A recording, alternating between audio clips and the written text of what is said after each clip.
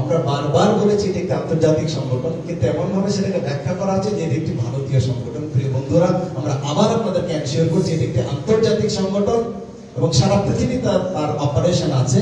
ভারতের প্রতিবেশী দেশ পাকিস্তানেও আমাদের মন্দির রয়েছে, সেখানকার সরকারি বড় বড় কর্মকর্তারা আমাদের অনুষ্ঠানে আসেন।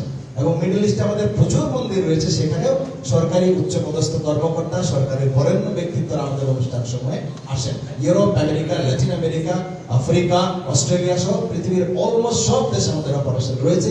কোন একটা বিশেষ রাজনৈতিক দলের মদতপুষ্ট যদি ইসকন হয়, তাহলে সারা পৃথিবীর সেই দেশের সরকার এবং সেই দেশের জনগণ কি করে এই প্রতিষ্ঠানকে সাধুবাদ জানিয়ে তাদের দেশে অপারেশন করার সুযোগ দেবে। আশা করি আপনি উত্তরটা পেয়েছেন। ভারতের সাথে আমাদের কোন রকমের কোন সম্পৃক্ততা নেই। এটি একটি ইন্ডিপেন্ডেন্ট অর্গানাইজেশন। কোন রকমের পলিটিক্যাল ইনফ্লুয়েন্সের দ্বারা আমরা কোনোভাবেই প্রভাবিত হই না। দেখুন, আমরা ভারতের ব্যাপারে কোনো কথা বলতে চাই, রাজনৈতিক ব্যাপারে আমাদের কোনো বক্তব্য নেই। এই বিষয়টা আপনারা ওনাদের সাথে কথা বলুন, ওনারা কেন এই বিষয় নিয়ে কথা বলছেন। আমরা বাংলাদেশে বসবাস করি, এদেশ হচ্ছে আমাদের মাতৃভূমি। আপনাদেরকে আমাদের একটা স্লোগান বলি, আমাদের শাস্ত্রে আছে, জননী জন্মভূমিষ্ঠ স্বর্গাদপি গরীয়সী। এর বাংলা হচ্ছে মাতৃভূমি এবং মা, এটা হচ্ছে স্বর্গের চেয়েও শ্রেষ্ঠ। আমরা এই ফিলসফি বিশ্বাস করি। এই বাংলাদেশ আমাদের মাতৃভূমি। আমার মাকে যদি কেউ আঘাত করে আমি যতটা ব্যথা পাবো, আমার মাতৃভূমিকে নিয়ে যদি কেউ ষড়যন্ত্র করে আঘাত করে আমরা ঠিক ততখানি ব্যথা পাবো। এই মাতৃভূমিকে অস্থিতিশীল করার জন্য কেউ যদি পায়তারা করে, তাহলে কোনোভাবে আন্তর্জাতিক সংগঠন ইসকন এটাকে বরদাস্ত করবে না এবং তাদেরকে কোনোভাবেই আমরা কোন রকমের প্ল্যাটফর্ম তৈরি করে দেবো, এই ভাবনাটা একেবারে দূর করা হবে। উনি কেন শক্তিশালী সেটার কারণ আমরা জানি না, কারণ আমাদের কাছে কোনো গোয়েন্দা সংস্থা নেই। আমরা একটা ধর্মীয় সংগঠন, আমরা কীর্তন করি, মানুষের শান্তির জন্য কাজ করি। যেখানে সমস্যা হয়, ডিজাস্টার হয়, সেখানে আমরা ভলেন্টারিলি মানুষকে সাহায্য করি, তাদেরকে খাবার দেই, ঘরবাড়ি তৈরি করে দিই, তাদেরকে শীতকালে বস্ত্র দিই। এটা হচ্ছে আমাদের কাজ। তো চিন্ময় কৃষ্ণের পেছনে বা তার শক্তি বৃদ্ধি করার জন্য কারা কাজ করেছে আমি আপনাদেরকে বলবো, যারা অনুসন্ধানী সাংবাদিকতার সাথে যুক্ত আছেন। এবং বাংলাদেশ সরকারকে আমি আহ্বান জানাবো, দেশের যারা গোয়েন্দা সংস্থা আছেন তারা তার কারণ অনুসন্ধান করুক এবং সেটার মুখ্যম জবাব তারা দিতে পারবেন। আমরা আমাদের ডিসিপ্লিন ভঙ্গ করেছে, আমাদের প্রিন্সিপালস এবং লয়ের সাথে তারা মিলে নেয়, আমাদের সোসাইটিতে তিনি থাকতে পারবেন না।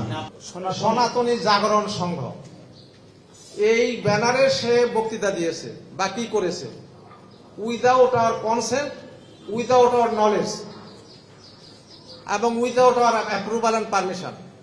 সেই জন্য ইসকন কিভাবে দায়ী হতে পারে? আরেকটা কথা বলি আপনাদেরকে, ইসকন সারা বাংলাদেশের প্রায় প্রতিটি ইম্পর্টেন্ট দেশে, ইম্পর্টেন্ট শহরে ইসকনের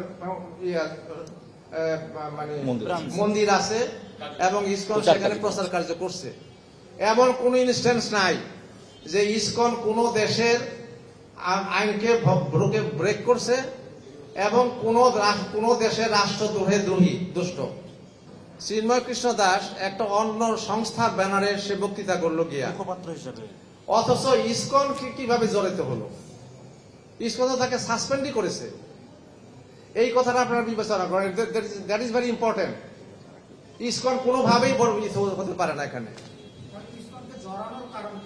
কারণটাই তো আপনারা দেখুন, আমরা মনে করি আমাদের প্রতি অন্যায় করা হয়েছে, আমরা এর সঠিক বিচার চাই, আমরা এটার বিচার চাই আপনাদের কাছে। আপনারা এখানে সম্মিলিত, এখানে সাংবাদিক বৃন্দ আসছেন, আপনারা এটা ভেবে দেখুন ইসকন কোনোভাবে জড়িত আছে কিনা। আর আমরা কোনো দেশের সঙ্গে জড়িত না।